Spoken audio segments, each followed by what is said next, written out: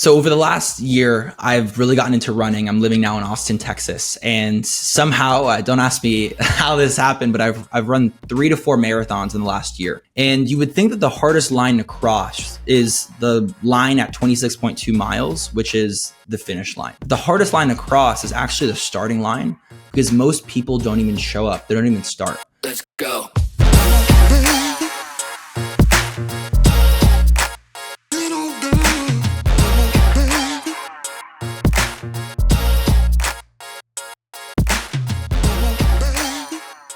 When my next guest was in college, he was rejected from every prestigious business club that he applied to. He suspects that happened because he was a community college transfer to USC, or maybe it was because, in his words, his grades sucked. But instead of wallowing in self-pity, he turned those rejections into an opportunity, and he decided to revive the defunct Latino Business Student Association. Before long, he had built it into the biggest business club on campus, and he went on to win the Outstanding President Award and Diversity and Inclusion Award at USC.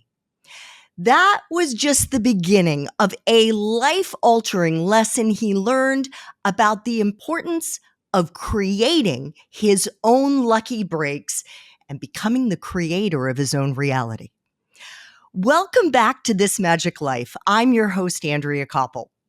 But before I introduce you to my next remarkable young guest, I want to make sure you're subscribed to the This Magic Life show on YouTube, or if you prefer to listen to your podcasts on Apple Podcasts, where I hope you can leave us a rating and a review. You can also sign up for our free weekly newsletter, Dose of Magic, which previews each week's inspiring guest. And it offers you ideas and insights that you can use right now and put into practice to invite more magic and more serendipity into your life. You can find the links to all of the above in the show's description. Today, we are diving into the serendipitous journey of AJ Eckstein, a trailblazer who is transforming LinkedIn into a creator's paradise. AJ is the mastermind behind Creator Match, the #1 LinkedIn creator marketing platform trusted by big names like HubSpot, Notion, and Teachable. AJ's story began as a LinkedIn creator who struggled to monetize his content, and he faced skepticism from other creators. But he saw an opportunity in the challenge. Before founding Creator Match, AJ spent 3.5 years at Accenture, where he honed his skills as a consultant and product marketing campaign manager. He left behind his secure job in Fortune 500 management consulting to solve this problem. And Creator Match was born this spring of 2024. AJ is also a contributor to Fast Company. He is a global speaker and the creator of popular LinkedIn learning courses with over 100,000 learners. He just did his first TEDx talk, which you are definitely going to want to tune into. AJ, welcome to This Magic Life.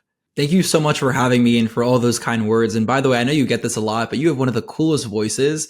I feel like I was tuning in to, a TV show or something incredible. I mean, this is awesome. And it's so good to be back. I think I've been on for 2 episodes in the past, so it's good to... Yes, well, you were on the last show. Yes. You were on, I'm about to forget, you were on Time for Coffee. I was like, what was the name of my old show? Yes. Yeah. Yes. And that kind of serendipitously led me to create This Magic Life. So it's amazing. So great to have you back on, AJ. I obviously thought a lot of our first interview, which is why I wanted to bring you back. And I love so much about your story because, for one, you weren't that hustler back in high school. And by that, I mean, you weren't the kid with the 4.0 who was like trying to pad his resume to impress college recruiters. You were more of a slow burn. I was a very lazy kid in high school. I think all I cared about was basketball. I was on the varsity basketball team, and I was like, maybe I go and get a scholarship somewhere or just kind of screw around, to be honest with you. I think I really lacked that determination, the tenacity, the hustle that I have today. And I think it's fine. I think a lot of kids, especially young men growing up, they just aren't ambitious yet. And I think things can take time, and it's okay to be a late bloomer. I wasn't even very social. I was extremely introverted, which is funny. If anybody listening to this, let's say a close friend of mine, you would know that that's just not the case anymore. And I'm always throwing my hat in the ring and always putting myself out there. But, I think it starts with finding why you're here on this planet, and knowing that there's so much more that you can do, and not wanting to waste any talent. And, it starts with hard work. So I think, from high school, I moved to community college for a year. And that's where I said, okay, community is fine, but there's more that I could do. So I busted my butt and I got a 4.0 at community and transferred to USC, came in as a sophomore, and was bummed that I missed my first year of USC. I mean, arguably the best year of college is freshman year, where, it's just such a fun year. You don't have to worry about internships and jobs and GPA and things like that. And I missed it. And it was also extremely difficult to meet friends because everybody leaves the dorm after the first year. So I was already in an apartment. So I had to go out of my way to meet people at Starbucks, at the library, in class, whatever it was. But I really do think from that point of the transfer from community college to USC set my life up and how I think about things. And I know that nothing is given and you really have to work for it. And I'm really glad that I had that 1 year of true growth to figure out what I wanted to do. I really wanted to pursue something in business, and I really wanted to make an impact and be driven by passion. And once I got to USC, I felt like I always had a chip on my shoulder in the sense of there's so much that I could do. And it starts with actually, starting. So over the last year, I've really gotten into running. I'm living now in Austin, Texas. And somehow, don't ask me how this happened, but I've run 3 to 4 marathons in the last year. And you would think that the hardest line to cross is the line at 26.2 miles, which is the finish line. But the hardest line to cross is actually the starting line, because most people don't even show up. They don't even start. And that's really anything in this beautiful, amazing, magical life, kind of tying it back to our podcast, is everybody has this lofty dream. I want to speak at a TED Talk. I want to do these really big things. And you ask them, okay, that's a great goal to have. What are you doing to make that happen? Do you even know how the process works? Are you meeting the right people to push you in the right direction? And they say, oh, well, no, I haven't done the research to figure out how the process works. I haven't spoken to anybody about how the process works. I'm not really doing anything to make that happen. And nothing in this beautiful, magical life happens with inbound. It is all 95% of life is outbound. And you have to put yourself out there. And everything that I've done throughout my entire life, all the different wins and everything amazing has been from outbound. And that's what's huge thing for my theme of how I live my life is it's all outbound and putting yourself out there to make this life more magical. I mentioned the Latino Business Student Association that you kickstarted back at USC, AJ.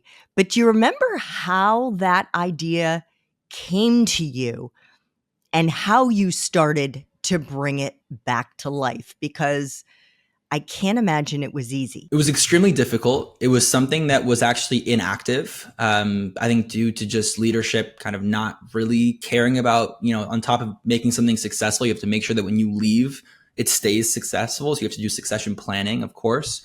And it was inactive for a few years. And when I was at Marshall for the School of Business at USC, I realized that there were all these different diversity business organizations, but nothing prioritized and focused on Latinx students. And I'm half Mexican. My mom's from Mexico City. And I really wanted to dive deeper into my culture when I was there at school. And I met a lot of friends who are also from Latin backgrounds. And there was nothing that existed that really catered to them in the business world for internship opportunities and jobs and career resources and things like that. So I did some research and I figured out that there was something, but it became defunct. It was inactive. And I started with reaching out to past presidents, alums from this organization and asking them what happened, why did it fail? There's so much interest. USC is such a diverse school. And I did everything that I could. I got to the starting line and actually made that first step. I didn't worry about the finish line of, okay, I need to make it to 200 members. We have to worry about membership fees and making this, an incredible organization and sponsorship revenue and all that stuff. It just starts with that first step. And then you start building momentum and letting the alums of the past organization guide you on where you need to go.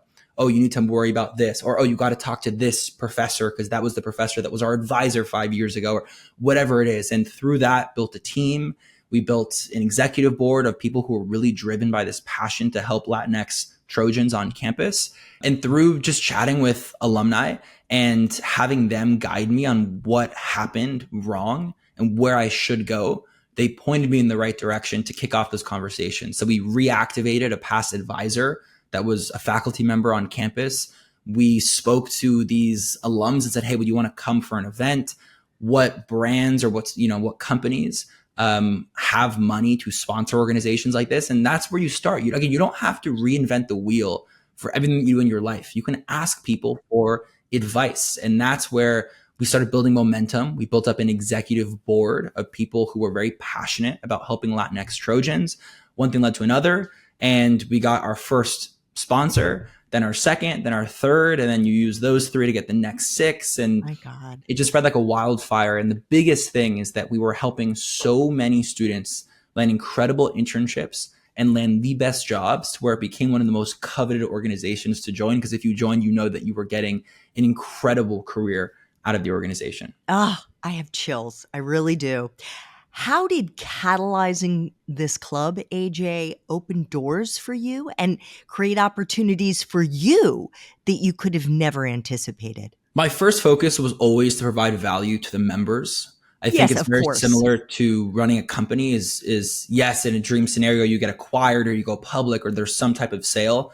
But if you provide value to your customers or to your users first, that value is actually value in yourself and in the company. So our first and foremost goal was just to provide as much value, career resources, internship job opportunities to all of our members and our executive board. But then, of course, let's say that Boston Consulting Group or Disney or EY were to come to one of these events. Before they want to chat with all the members, they want to chat with the executive board who actually set up the event. And we have these conversations and we got really good and deep relationships with the most prestigious companies in the world. And it really helped with my entire recruitment process as well as our executive board. But again, really prioritizing the success from the members first.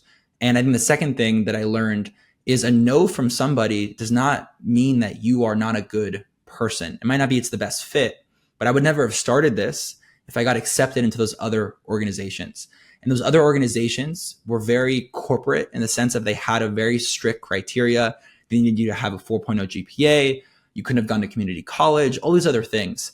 So I took that no and saying, hey, you can't join this. And then basically said, okay, I'll take that as advice. I'm going to go to Home Depot. I'm going to buy some wood and a hammer. I'm going to build my own door and my own opportunity that will also open up doors for other people in my similar shoes. So we actually had a ton, if not a majority of our members were transfer students.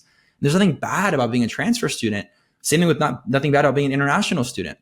We really prioritized those who needed more help, guidance, and support.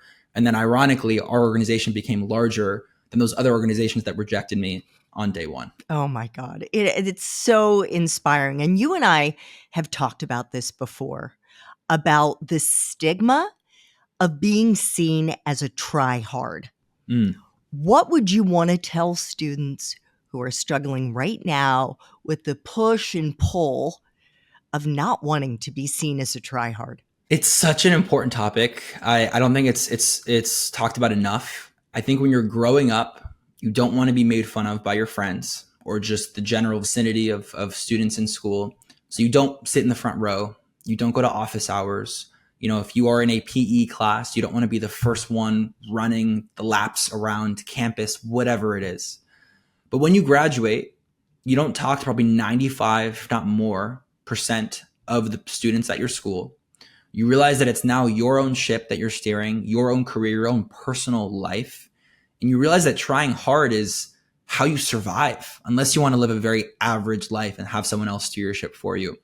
So if I could talk to my younger self or anybody younger kind of going through this, there's nothing to be afraid of to try hard. I remember even posting on LinkedIn. I was one of the first people at USC who was actively posting on LinkedIn.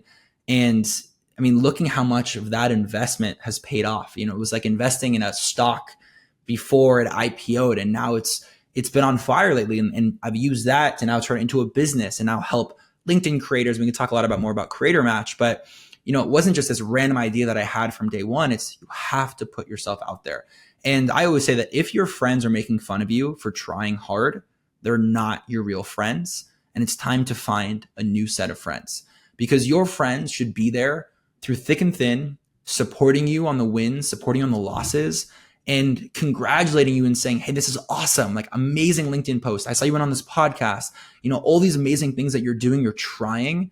That's a good thing. And you shouldn't be around people that pull you down, but actually elevate you and push you up. Anyone who thinks that things were just handed to you on a silver platter does not know your story, AJ. And another example of how you had to hustle is just the fact that you were a member of the class of 2020, whose senior year was impacted by the pandemic, and you graduated into an incredibly scary world. Everyone was scared. You must have been freaked out about your future. How did you start to get yourself out of that like fight, flight, freeze mindset to move into kind of taking a first step in the direction of creating? I think one of the most challenging things is a lot of people like to plan. I'm very type A, if that wasn't obvious. I love to plan years in advance, especially growing up. I'm like, I have this whole career set out. I'm going to do this for a few years, this for a few years, whatever it may be. And especially junior and senior year of USC. So my junior year, I interned at the Walt Disney Company in a professional internship very close to Disneyland, which is super fun, on their office, basically steps away from the park, which was incredible. And then from that internship, I moved into consulting. And basically the start of my senior year at USC, I already signed my job offer to move into consulting. And this was supposed to be right after graduation. Was this with Accenture? This was with Accenture, exactly. Okay. And I had a plan to backpack Southeast Asia for a few months, take some time off before I really go heads down and build my career starting in consulting.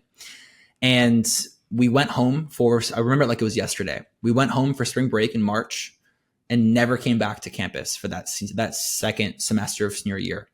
Our graduation, instead of being in person and celebrating and popping champagne with your best friends that you've known for 4+ years now, was virtual on Zoom.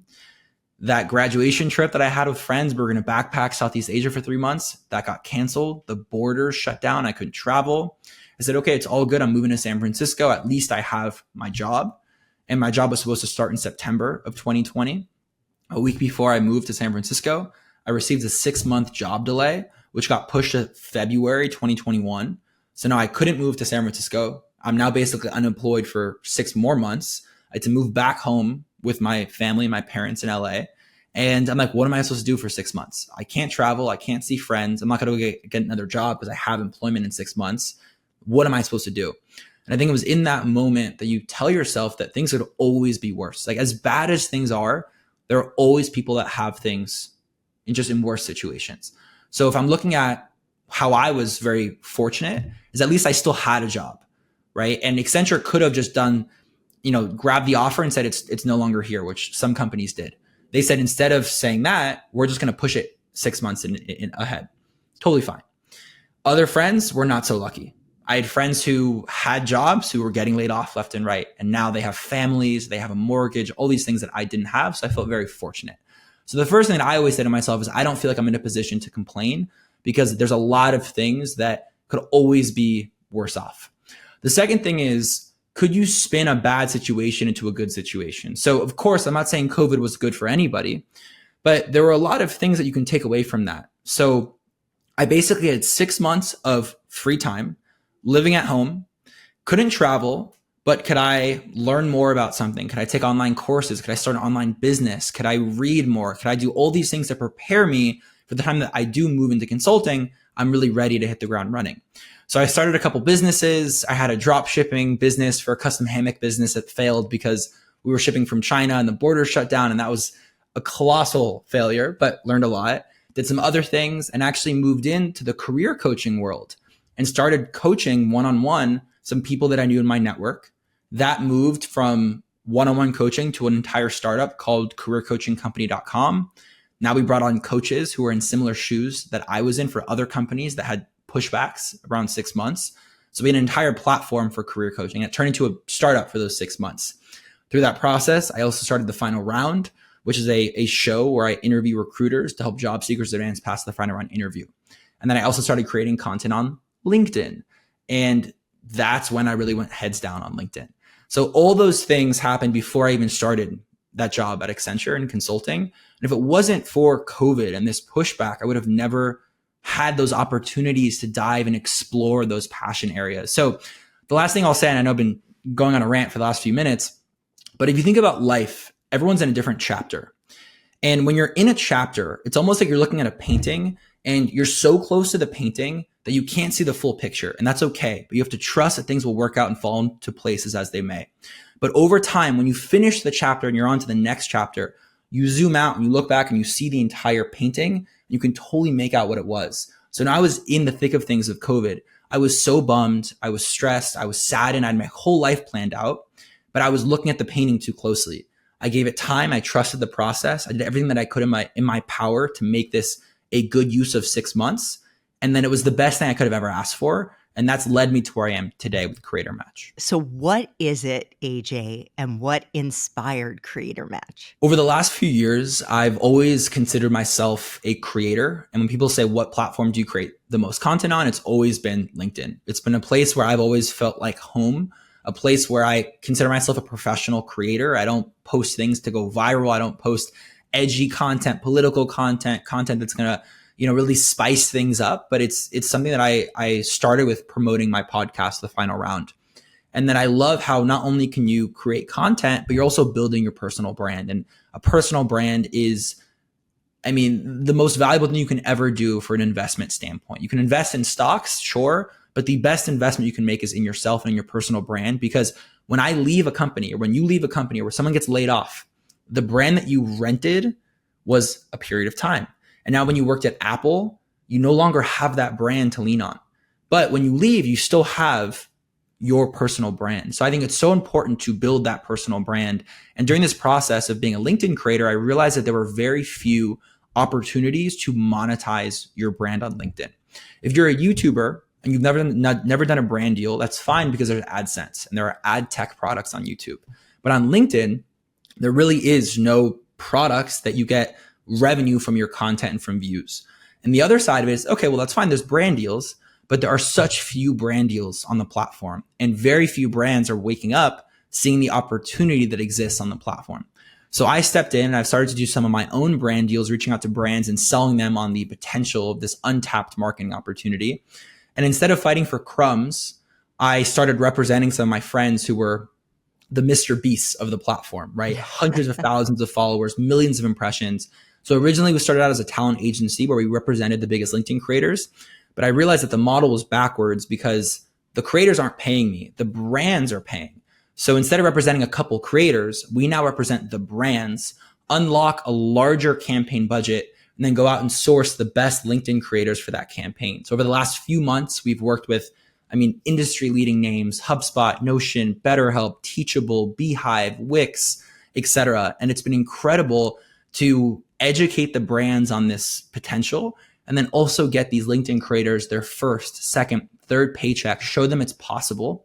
So we operate as an agency today. We have a tech platform to track all of the campaigns that are running for LinkedIn influencer marketing. And we're building tools or software tools to help these creators go find their own gold, AKA just more money, so that they can get paid and monetized, because creating content, as you know, is expensive and it's time consuming and it's worth getting monetized for. Absolutely. It's a great idea. And are you modeling it off of other maybe similar companies that are working on platforms like IG or TikTok or Facebook? So it's funny. The idea really came about because after I had that realization of, okay, nobody's focusing on LinkedIn creators and brands are fighting in this red ocean of IG, TikTok, YouTube, and there's so much competition, so much noise, so much saturation. Why not compete in this blue ocean that's wide open. No, I mean, such few brands are running brand deals today, and the sponsored content still looks and feels authentic and organic. So I hopped into product demos of the largest influencer marketing platforms that a lot of people have heard of, household names. And I would say, do you support LinkedIn? Because I was going to use it for our agency. And they either said, no, we don't support it because it's not an opportunity. None of our current clients are asking about it, or it's impossible to build on LinkedIn because of issues with their API. Their API is very closed off. So they were responding to my question, but I took it as a recommendation and them again guiding me on where I need to go. So I said, okay, well, if you recommend and tell me that you need a custom build for tech, I'll just go and build it. So I found a team, and we've built the only influencer marketing platform that supports these LinkedIn campaigns. So brands are no longer in the dark. They get the best analytics all the way down to link tracking, link clicks, click-through rate, cost per click, etc. And we can scale these campaigns with the largest brands in the world, because what brands do today is they ask the creator for screenshots via email of their analytics, and the brand takes that screenshot, manually enters it into a spreadsheet, and that's not how you scale, right? You scale with something that's built to run and power these campaigns, and we're specializing in these LinkedIn influencer marketing campaigns, and the performance has been incredible. How much of a role does your gut, does your intuition play in the decisions that you make around your career moves, AJ? I think it plays an important part. I don't want to say that I only follow or I've always followed my gut, but I think it goes back, and even my TED Talk was about mentorship. And I think it's so important to have what I called in this TED Talk your corner. Similar to a boxer, right? You can have the most average boxer, you can have Floyd Mayweather. They will always have people in their corner. When you have a big knockout punch and you go to celebrate, they're there. When you get knocked out, you're on the floor and the round is over, you're waiting for the next round, they're still there. So everybody listening, if you don't have your corner, you should start to find that corner today. And if not today, then tomorrow. Because you need to lean on them when you make those big decisions. So I didn't make this decision to quit my amazing 6-figure consulting job just by myself and my gut and my intuition. I reached out to my friends who are founders. I reached out to my parents, my sister, to other people in the space that I really trusted their advice, and then kind of aggregated all of the advice and then made my own decision. So I think it's a mix of gut and intuition, but you have to have your corner. When things go great, they're there. And when they're not great, they're still there. And the one thing I will also say is, don't just focus on building your own corner, but ask yourself, whose corner are you in? I'm in a ton of people's corner, because it wouldn't be right that I have my own corner if I'm not in other people's corner. So as equally as important as it is to find mentors, it's equally as important to be a mentor to others. And that's how this beautiful ripple effect, this magical life can take place. So how have you gone about asking people or finding people to be your mentor, and especially early, like when you were in school and right after you graduated? So it goes back to the original point of people don't do outbound. They wait for things to happen. They wait for someone to knock on their door and say, hey, I want to be your mentor, which doesn't happen, right? Unless you are a household name, you're very public, and people really want to attach themselves to you. But early on, when you don't have a lot going for you, you're young in your career, you don't have a lot of experience, you have to do the outbound. So that's the first thing. Again, before we even talk about tactics, is you have to say, okay, I'm going to put myself out there and going to reach out to people. The second thing is that you don't build incredible relationships over one email or one phone call or Zoom call. You don't ask them, say, hey, do you want to be my mentor in that first call? But you kick off a conversation that you use to stay in touch over time, and that leads and builds and blossoms into a beautiful relationship. So maybe it's not, on paper, a mentor-mentee relationship, but they're more or less your mentor. And I think that in the outreach, because again, you have to do outreach, you can get, and I get so much outreach every day. People trying to sell me on things, people asking me for my time. On top of still running a company, I get a lot of outreach. Obviously, I can't respond or give my time to everybody, as that would even be responsible for the business. But there are a few people that I do give my time to, as you should as well. And it's the people that I know did and put in the time to send a really nice, tailored and authentic message. So what do I mean by that is, yes, you're doing outbound, but I can tell in less than a second if it's just rapid fire templatized outreach. Hi, comma, saw you're doing some cool things. Do you have time for a chat? I'm not even going to respond to that. Or hi, AJ, saw you have a cool company. Let's chat. But if you can get detailed and show me that you did the research on me and you took the time, so I will take the time to give that back to you. That to me is the most important thing. So today in our call, you spoke about something that happened years ago, right? USC, LBSA, these cool stories. And it's not private. Like, it's public. I post about it. If you look through my LinkedIn, I have that. It's a bit old, but I have that. So if you really do the research and make the person smile when they read your message, that's how you get a response. Again, the response might not be, hey, yes, let's hop on a call, but at least you will get a response. So take the time. If you want them to take the time, you have to take the time. Find those cookies in their life, or think about your own life. What are some things that you would smile if someone mentioned? Or don't just say, hey, I love your podcast. Say the podcast name so I know it's not templatized.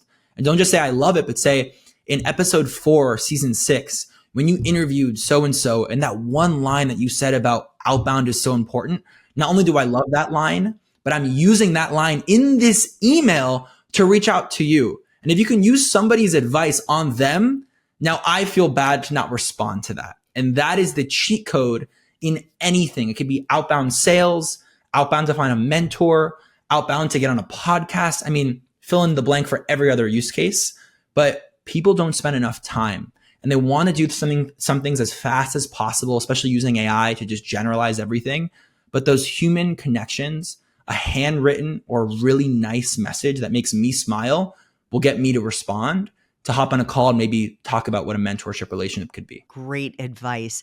You mentioned touching base with your close circle, with your mentors, to get their read on whether or not you should quit Accenture, where you'd worked for 3.5 years and had a great job, to move on to Creator Match full time. What would you say, AJ, you have taken from your experience at Accenture that you are using in Creator Match now? I first want to emphasize that it was 3+ incredible years. I'm so happy that I kicked off my career at Accenture. I mean, I worked on 6+ client projects, had multiple managers, multiple team members. It really was an incredible place for where I wanted to start my career. And I would recommend anybody to apply because it truly was incredible. And I cannot say enough good things. I think though that the type of person that I am, I don't do corporate.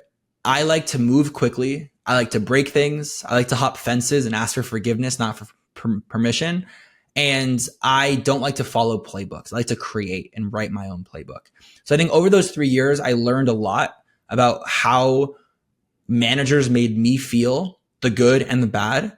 And I wrote down all the good and made sure I crossed out all the bad, so that now as I'm a manager to my own team, I'm making sure that I'm the best manager and leader to steer our ship into the sunlight and not into the darkness.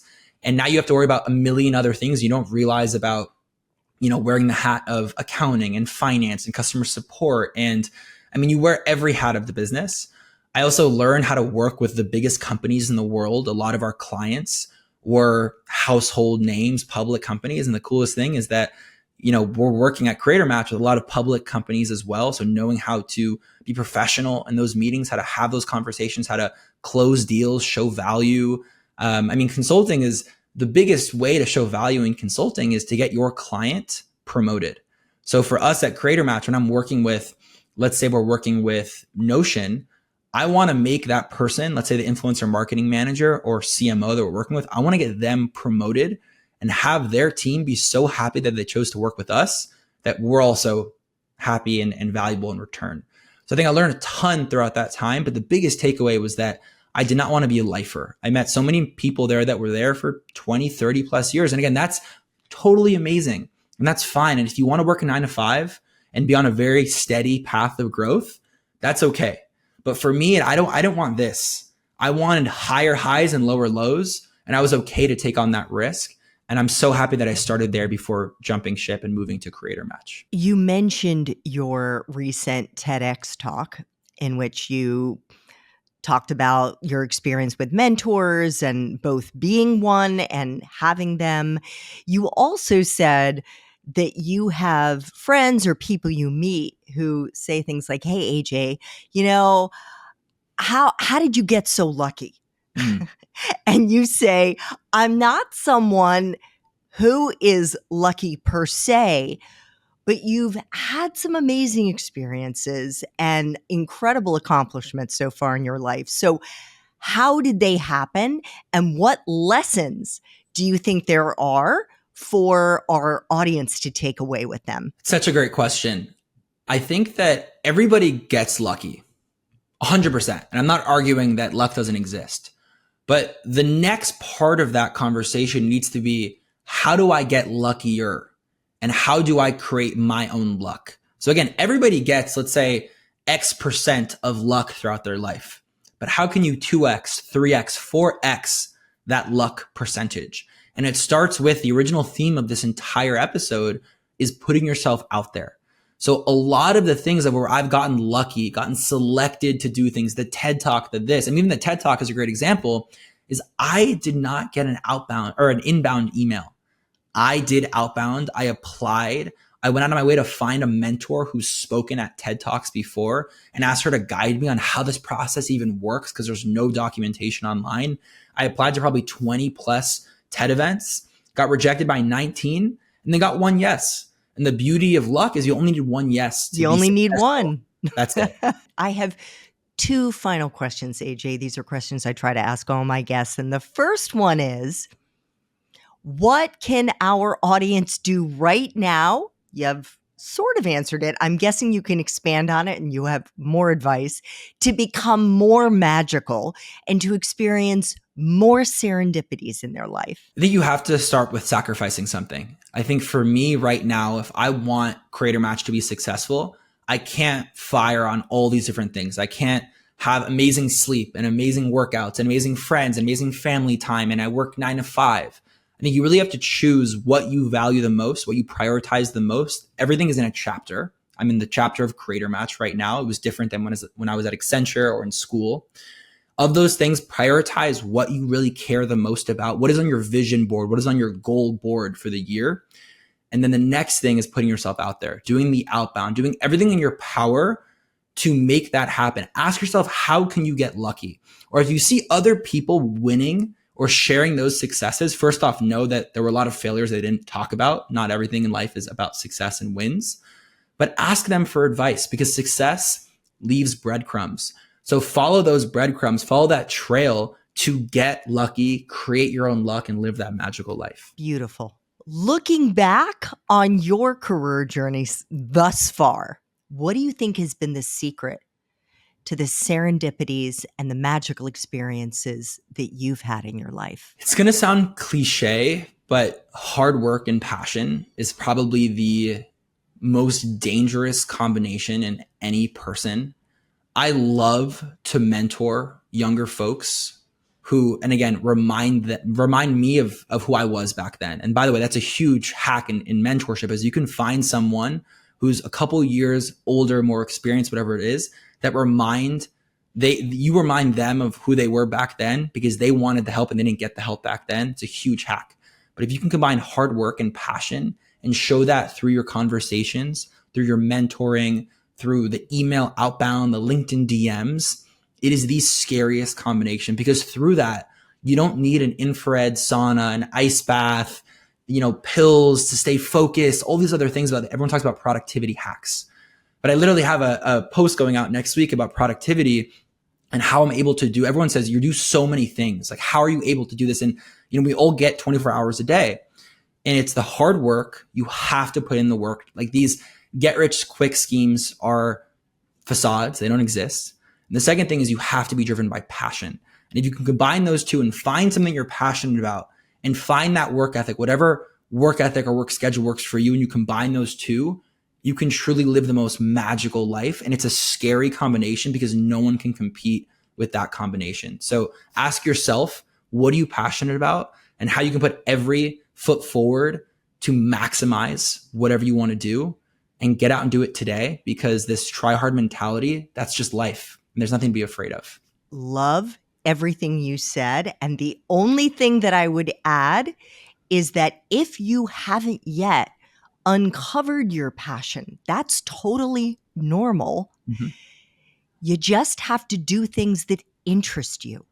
Follow your interests, and those are breadcrumbs that will lead you to uncover your passion. AJ, I want to thank you so much. I hope our audience is going to give you a follow on LinkedIn. Check out Creator Match. Watch his TEDx talk, which is in his profile on LinkedIn.